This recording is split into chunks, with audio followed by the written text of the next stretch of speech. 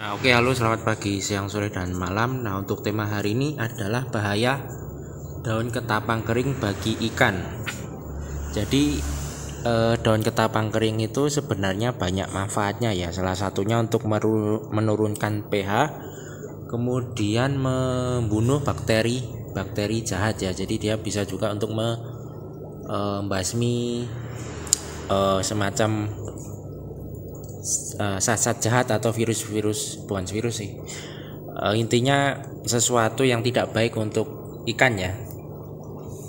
Kemudian untuk menghilangkan stres ikan juga, jadi agar nanti seperti di habitat aslinya. Nah, ini adalah contoh daun ketapang kering yang sudah saya masukkan ke dalam akuarium.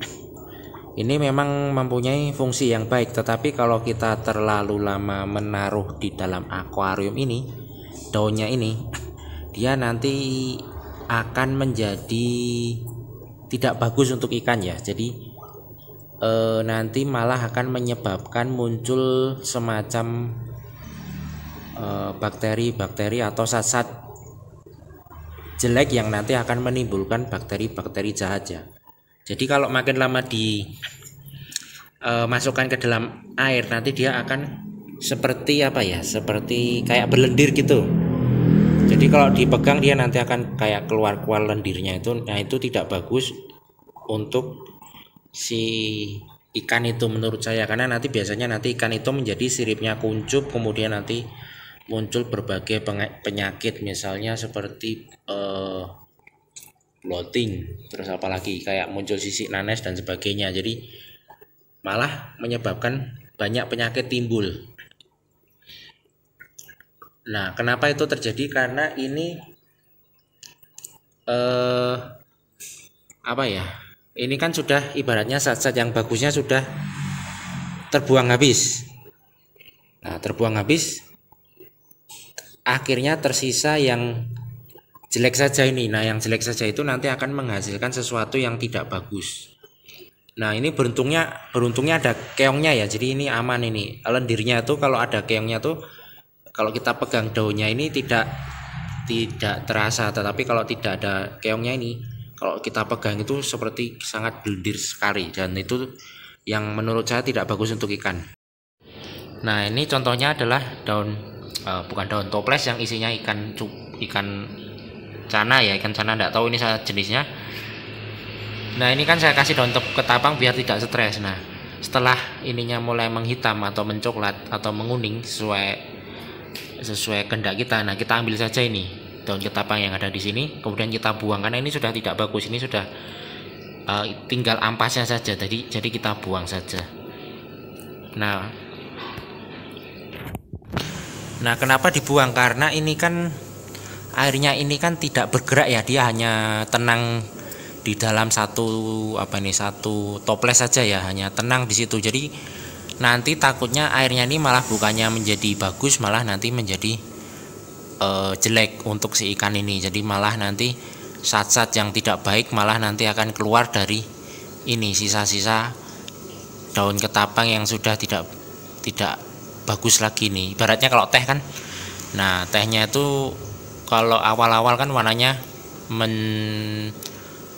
merah atau hitam ya, lama-lama kan makin zatnya kan makin hilang. Nah, sama juga ini juga zatnya ini makin hilang. Nah, sebaiknya dibuang saja.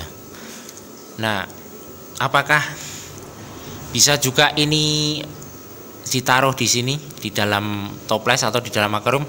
Bisa saja, dengan catatan airnya harus mengalir ya, seperti kondisi alaminya. Kalau di habitat alaminya itu kan misalnya di sungai-sungai di Kalimantan atau di Amazon, itu kan daun ketapang jatuh-jatuh ke dalam sungai.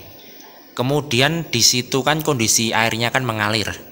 Otomatis zat-zat yang beracun ini kan juga ikut terbuang, jadi tidak akan meracuni ikan. Tetapi berbeda kalau di kasus ini kan airnya ini kan tenang saja, jadi mau tidak mau daun ini harus diambil kemudian dibuang.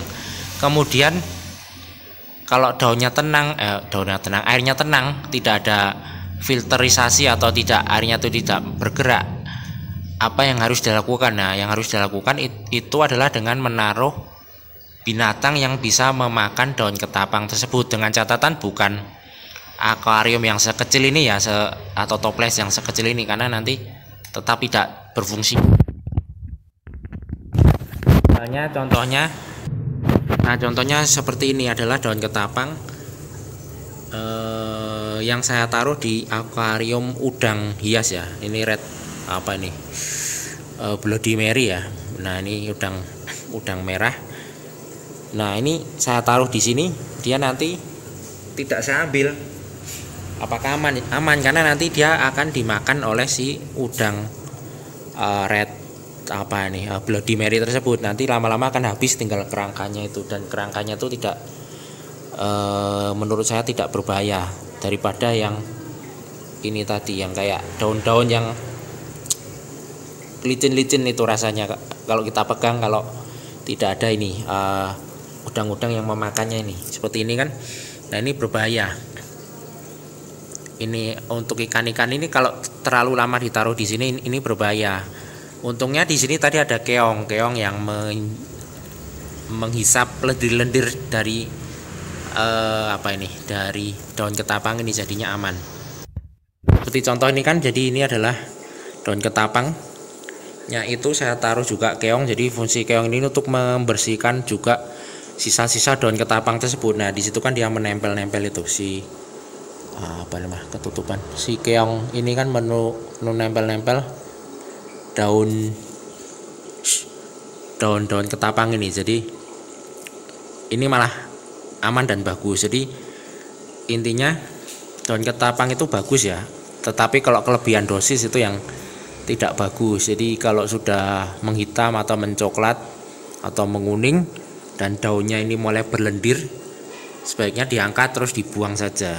Kecuali kalau airnya tuh mengalir, jadi ada filterisasi yang mengalir seperti habitat aslinya di sungai itu kan airnya mengalir, atau ada binatang-binatang yang bisa memakan sisa-sisa atau ampas-ampas daun ketapang ini seperti keong ataupun udang, itu aman. Jadi itulah tadi kekurangan atau kejelekan daun ketapang. Oke, sampai di sini saja. Selamat pagi, siang, sore, dan malam.